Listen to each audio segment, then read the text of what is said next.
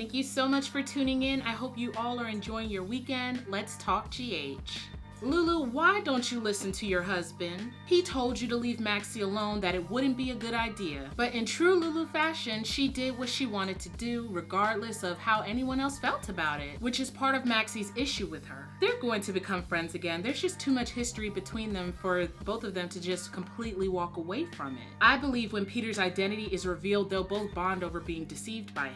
Maxie is really starting to see Peter as a friend. When she finds out that not only are they in-laws, but he's responsible for bringing Faison to town, we'll be in for another Emmy-worthy performance by Kirsten Storms. Peter is at the eye of the storm that is quietly brewing. When his identity is finally revealed, it's going to make for great TV. Maxie is not the only one affected by who he really is. First off, Peter isn't a bad guy. He's just made questionable choices. I still wonder why he took the flash drive and hasn't given it to Drew. I'm still hoping that maybe by some twist that he and Drew knew each other prior to the procedure. I thought that would make an interesting layer to the story. It's clear that Valentine has known Peter for years and Peter relies upon him as a mentor. And he certainly wants to know who his mother is, but Valentine doesn't. Anna, who is obsessed with the search of her long-lost son, confronted Valentine over his lies. Val played it off as usual like he's been doing with his wife. Nina has good instincts and is growing increasingly suspicious of Peter. And with good reason, every time she looks up, he's right there next to Maxie. Both Peter and Maxie have been cleared for having Huntington's disease,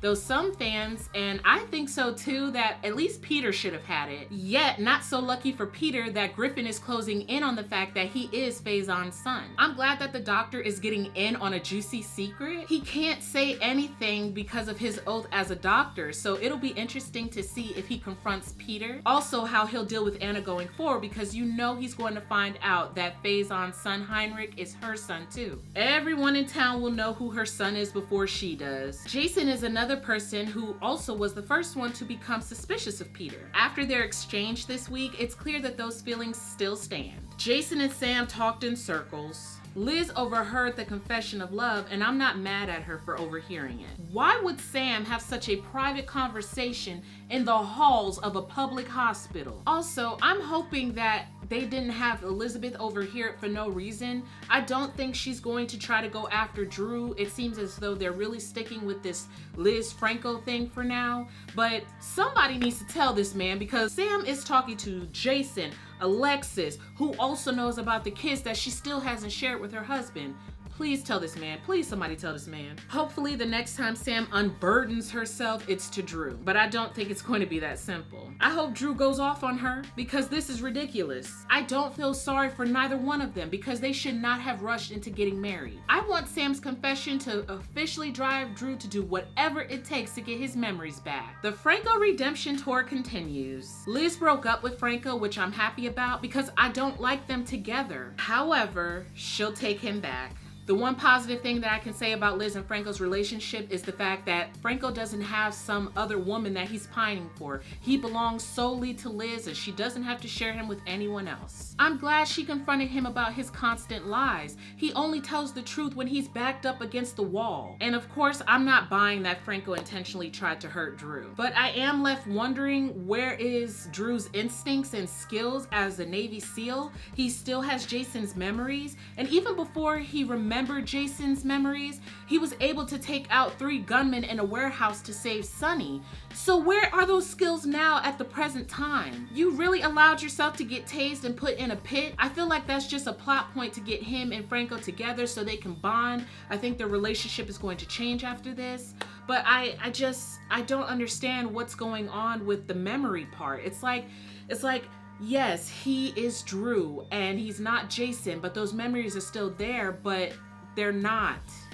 Jim Harvey has quite a few people on his ass lately, as Jordan Curtis and Ned were discussing his true motives behind Charles Street. Speaking of, isn't Julian's pub on that street and his business took no damage? Finn was arrested for punching Julian after he refused service to him and his service lizard Roxy. That's when we found out that Finn and the new cop Chase are brothers. That was unexpected. The Corinthos clan had to continue to deal with Mike's condition. Michael had to remind him that Edward and Lila Lila were dead. Over the years, fans have expressed how tired they were of mob-centered stories. So this current story is refreshing for many, as it does take me back to the side of Sonny when he was caring for Stone as he battled AIDS. Carly has also stepped up to the plate and helped to keep the peace throughout this ordeal. I also like how she made Jason say "I told you so" earlier in the week. While all of this is going on, Carly has no idea that Nelle is literally using her own blood to try to drive her crazy. I will say this, Nelle is insanely entertaining and downright annoying to some viewers. Even Ava advised her that maybe she should just back off of Carly and let go of this plan of hers. Unfortunately,